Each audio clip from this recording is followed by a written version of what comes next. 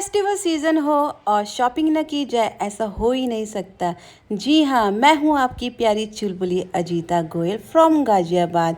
सबसे पहले welcome back to my mini vlog. तो आज मैं आपको लेके चलती हूँ गाज़ियाबाद के चोपला मार्केट में। मैं अपने हस्बैंड के साथ आज मार्केट आई हूँ। तो सबसे पहले हमने अपनी गाड़ी को पार्किंग में लगा दी थी क्योंकि यहाँ गाड़ी लेके आना इम्पॉसिबल था। तो हम बैठ गए थे ई रिक्शा में और मार्केट को एक्सप्लोर करने लग गए थे क्योंकि मार्केट में बहुत सारी चीज़ें आई हैं नई नई, तो हमें भी ख़रीदनी है दिवाली के लिए बहुत सारी चीज़ें।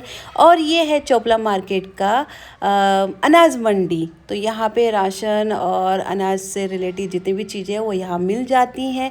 तो ऐसे ऐसे करके हम आगे बढ़े और हमारा ई रिक्शा रुक गया था मेन मार्केट की ओर।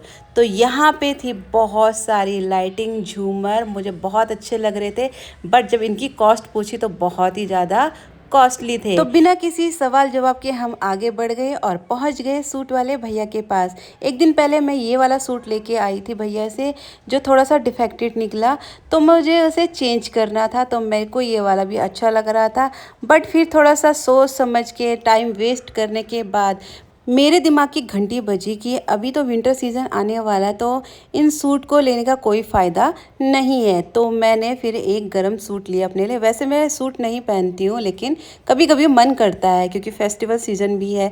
तो मैंने पहना था आज ये कोट सेट। और फिर इसके बाद हम पहुँच गए थे तोरण वाले भैया की शॉप में, जहाँ बहुत ही प्यारे प्यारे डिफरेंट तरीके के तोरण थे।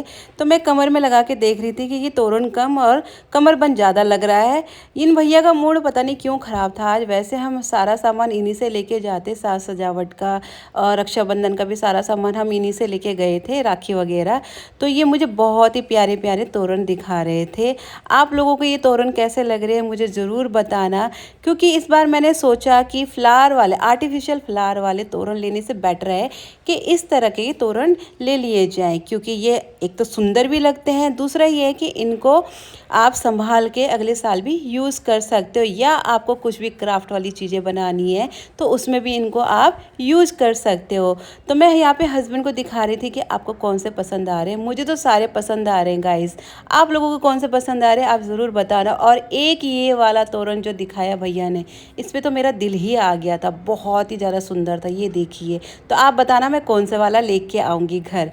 तो इसके बाद हम आ गए थे घर की तरफ थोड़ी बहुत शॉपिंग करने के बाद, क्योंकि मार्केट में बहुत ज़्यादा भीड़ हो रही है तो ज़्यादा कुछ ले नहीं पाते हैं, इसलिए हम आ रहे थे घर की तरफ। लेकिन रास्ते में मुझे ये दिखा, ये इतना सुंदर लग रहा था, मुझे ऐसा फील हो रहा था जैसे बैंड बाजा बारात वाला जो सीन था ना शादी वाला, वो डेकोरेट करते गली को, तो वैसे ही लग रहा था। तो चलिए गाइज, अब हम घर भी पहुंच गए। तो अब मैं आपको एक एक करके सारी चीज़ें दिखाती हूँ कि मैंने वहाँ से क्या क्या परचेज किया है। तो सबसे पहले ये है शुभ दीपावली वाला छोटा सा तोरण, जो कि बहुत ही ज़्यादा क्यूट था, बहुत ही अच्छा लग रहा था।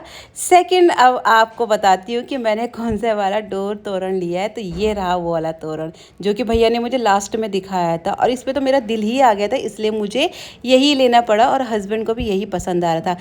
थोड़ा कॉस्टली था लेकिन अच्छा लग रहा है। ये 500 के अराउंड आया, लेकिन बहुत ही सुंदर था।